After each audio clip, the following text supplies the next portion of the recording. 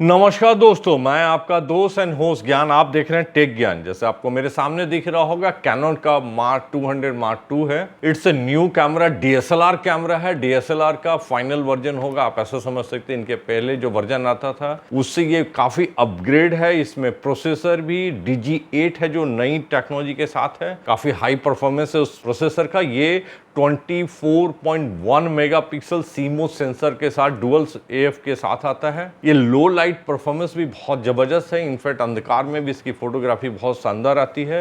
ये ISO 25600 के आसपास सपोर्ट करता है। इनफैक्ट एक्सपेंड होके 51,000 तक ऑलमोस्ट एक्सपेंडिंग करता है।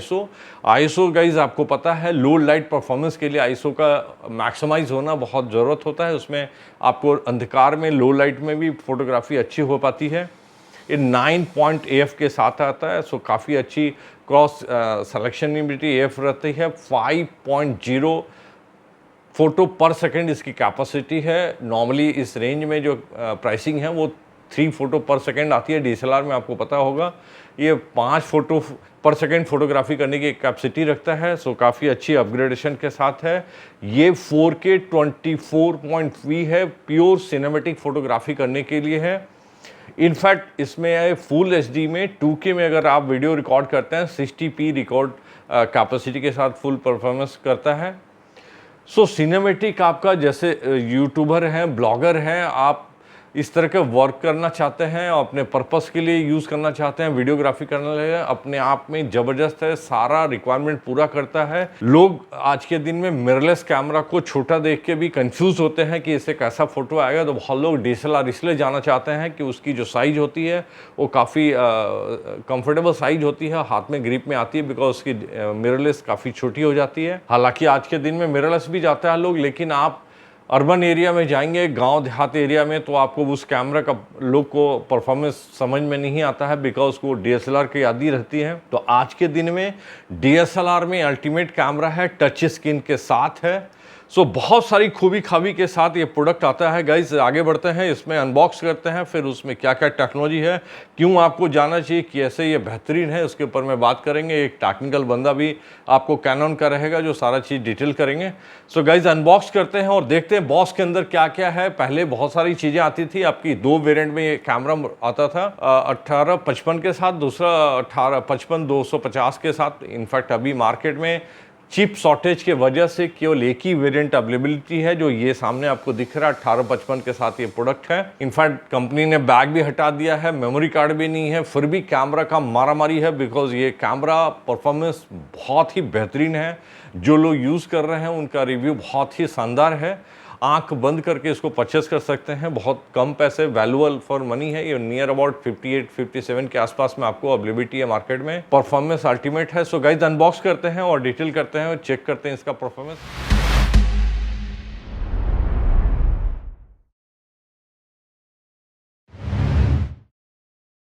सो गाइज अनबॉक्स करते हैं और चेक करते हैं इसके अंदर क्या क्या है। ऐसे तो कंटेंट मेंशन होता है, जैसा आप यहाँ चेक कीजिएगा, ऑलमोस्ट सारी चीज़ें मेंशन है इसके अंदर क्या क्या आइटम आती है। बैटरी स्टीफ है, बैटरी पैक है, आपका जूम लेंस है 1855 के साथ, एंड कैमरा का बॉडी है। तो एक बार ओपन करते हैं, चेक करते हैं।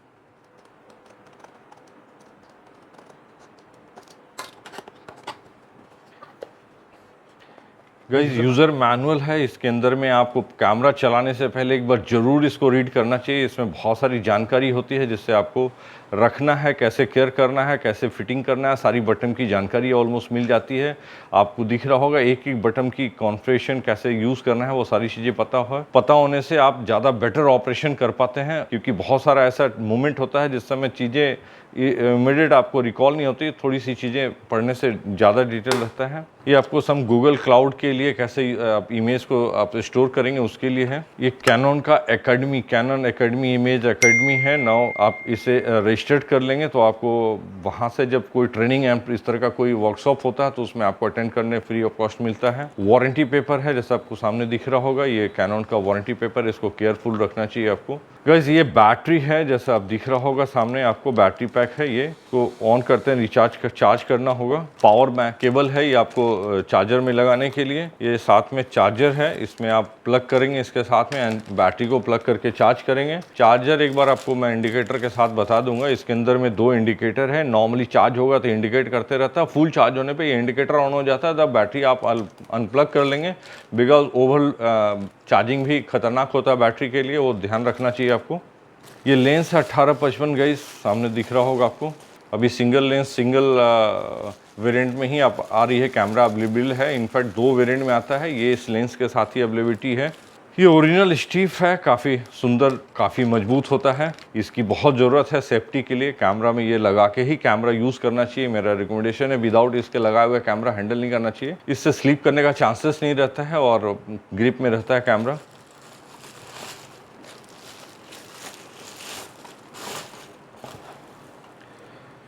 गाइस ये रहा कैमरा। बॉडी अपने आप में आपको कंप्लीट दिखता है। इसके अंदर में आपकी ग्रिप जो है पूरी कंप्लीट आती है। डीएसएलआर गाइस जो डिज़ाइन होती थी वो पर्पस ही होता था कि आपके ग्रिप में ज़बरदस्त बैठे रहे, सो स्लिप करने का कोई चांस नहीं हो। आपको दिख रहा होगा काफ़ी डेप्थ इसके अंदर होती है। देखिए ये हाथ का गैप काफ़ी अंदर घुस के कंफर्टली पकड़ा जाती है, इससे स्लिप होने का कोई चांस ही नहीं होता है। आज के दिन में मिररलेस जो कैमरा हम यूज़ करते हैं वो देखने में तो छोटा है, लेकिन वो पकड़ने का कोई ग्रिपिंग का जगह नहीं होता है, जिसके वजह से उसकी कॉम्पैक्ट साइज हो जाती है। हर चीज़ की नेगेटिव पॉजिटिव है वो उसके अंदर में लाइट वेट होता है, हालांकि बहुत वेट इसमें भी नहीं है, लेकिन वही मेन पर्पस है उसको छोटा करने का। परफॉर्मेंस उसके वजह से वो ग्रिप बहुत हल्की हो जाती है, इसमें ग्रिप बहुत ज़बरदस्त आती है। इसके वजह से बहुत सारा लोग डीएसएलआर ढूंढता है। इसका एलसीडी जो है वो आपको टिल्बल है 360 डिग्री। आप किसी भी पोजीशन में आप करके, ये ब्लॉगर आप सामने से यूज़ कर सकते हैं, यूट्यूबर भी यूज़ कर सकते हैं इसको। ये ज़बरदस्त है, इसका फिनिशिंग मेटल का बहुत ज़बरदस्त दिख रहा है। सरफेस थोड़ा रुखड़ा टाइप का है, सो आपको स्लिप करने का कोई चांस नहीं बन रहा है इसके अंदर में। सो गाइस काफ़ी डिटेल के साथ में आपको बात करते हैं इसके ऊपर में क्या क्या। एक बार बैटरी चार्ज कर लेते हैं, ऑन करके फिर चीज़ों को डिटेल करते हैं। सो गाइस आगे बढ़ते हैं। सो गाइस अनबॉक्सिंग हो चुका है, आपको सामने दिख रहा होगा। लेंस है एंड बॉडी है, साथ में सबकी कवर लगी हुई है। हाल जब भी आप इस तरह से पैक करते हैं, नहीं यूज़ करते हैं, तो कवर जरूर लगा रहना चाहिए, इससे डस्ट नहीं जाएगा और सेफ्टी रहता है। आप स्टेप लगा हुआ है जो सेफ्टी के लिए फर्स्ट है, इसको बिना लगाए यूज़ नहीं करना चाहिए, उसमें स्लिप करने और गिरने का चांस एकदम नहीं रहता है। तो पहले हम लोग लेंस फिट कर लेते हैं और उसके अनुसार आपको स्टार्ट करते हैं। तो गाइज अनबॉक्सिंग कर चुके हैं, आपको सामने दिख रहा है ये कैमरा फिटेड है। आप लेंस कवर लगा हुआ है, कैमरे में कवर लगा है, लेंस भी लॉक है। ऑलवेज जब भी आप इस तरह से रखेंगे तो आप कवर लगा के रखेंगे, जिससे डस्ट नहीं जाएगा और कैमरा का लाइफ बना रहता है, प्रोटेक्शन बना रहता है। आपको डस्ट जाने से कैमरा में प्रॉब्लम होना है, स्ट्रिप जरूर लगा लेंगे, इसके बेल्ट लगा लेंगे, इससे सेफ्टी बना रहता है। आपको हैंडल करने में डैमेज होने का चांस नहीं रहता है। ये एकदम फिक्स है कि इन चीज़ों को यूज़ करके स्टार्ट करेंगे। तो आज कुछ डिफरेंट करते हैं गाइज। आपको रियल यूज़र से जो यूज़ कर रहे हैं 10 दिन से, उनको बोलता हूँ मैं डिटेल करने के लिए। आपको काफ़ी डिटेल, उनको मज़ा आया इस कैमरा को यूज़ करके, तो इंट्रोड्यूस करते हैं उनके थ्रू, आपको डिटेल करते हैं। सो आपको ज़्यादा मज़ा आएगा, बिकॉज की जो एक्सपीरियंस उनके पास में है, उनको बहुत मज़ा आया इस कैमरा को यूज़ करके। बहुत यूज़र फ्रेंडली है, इसमें ऐसी चीज़ें हैं जो आपको किसी जानकारी की ज़रूरत नहीं है, किसी से पूछने की ज़रूरत, किसी एक्सपर्टिस की ज़रूरत नहीं है। ईच एंड एवरीथिंग कैमरा खुद ही बताता है कैसे यूज़ करना है। सो गाइज आगे बढ़ते हैं, आपको डिटेल करते हैं।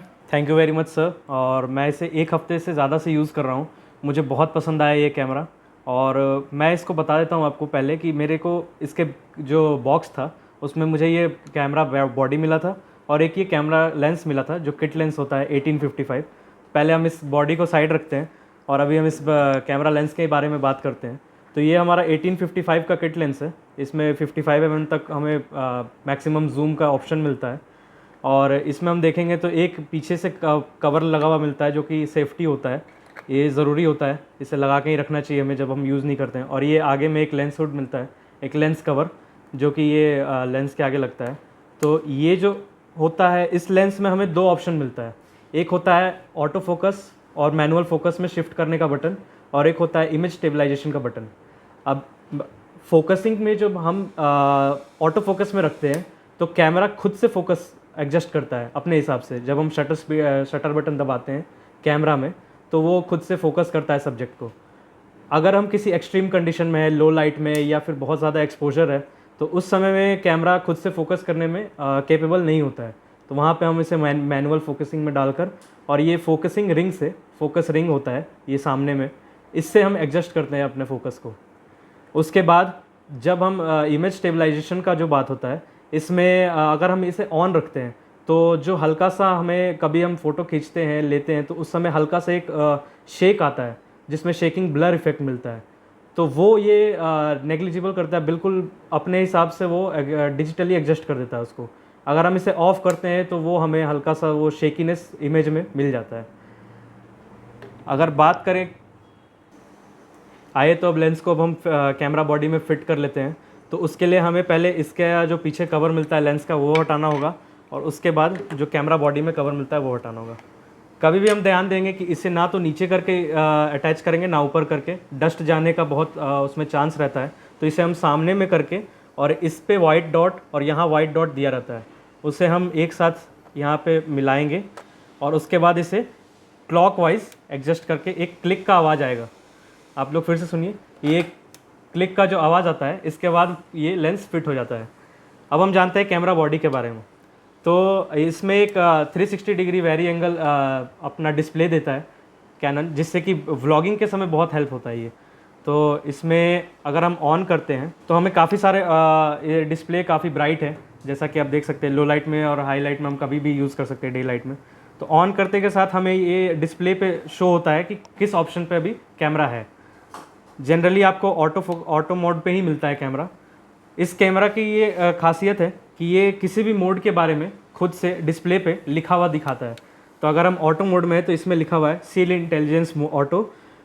इसमें सारी चीज़ें कैमरा खुद से एडजस्ट कर लेता है, वो चाहे एक्सपोजर हो या एपर्चर हो या फिर ISO हो, वो खुद से एडजस्ट कर लेता है। तो अब हम लेंस के बारे में जान चुके हैं कि हमारा लेंस कैसा है। तो आइए अब इसे कैमरा बॉडी से अटैच करते हैं और जानते हैं कि हम कैसे फ़ोटोज़ क्लिक करते हैं और क्या क्या बटन फंक्शंस इसमें दिए हुए हैं। तो उसके लिए पहले हम जो लेंस के पीछे कैप है उसे खोल लेंगे, और उसके बाद जो बॉडी में कैप मिलता है हमें इमेज सेंसर के सामने, वो खोल लेंगे।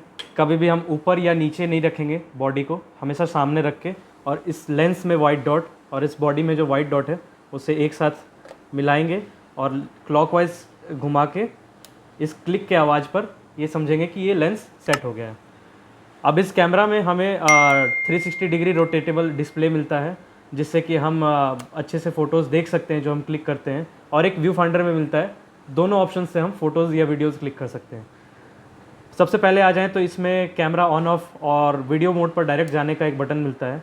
इससे हम कैमरा ऑन ऑफ कर सकते हैं और डायरेक्ट यहीं से वीडियो मोड पे जा सकते हैं। तो जैसा कि आप देख रहे हैं हम ऑन पे हैं, और इस पर ये कैमरा ऑन हो चुका है। इसके बाद आता है एक डिस्प्ले बटन।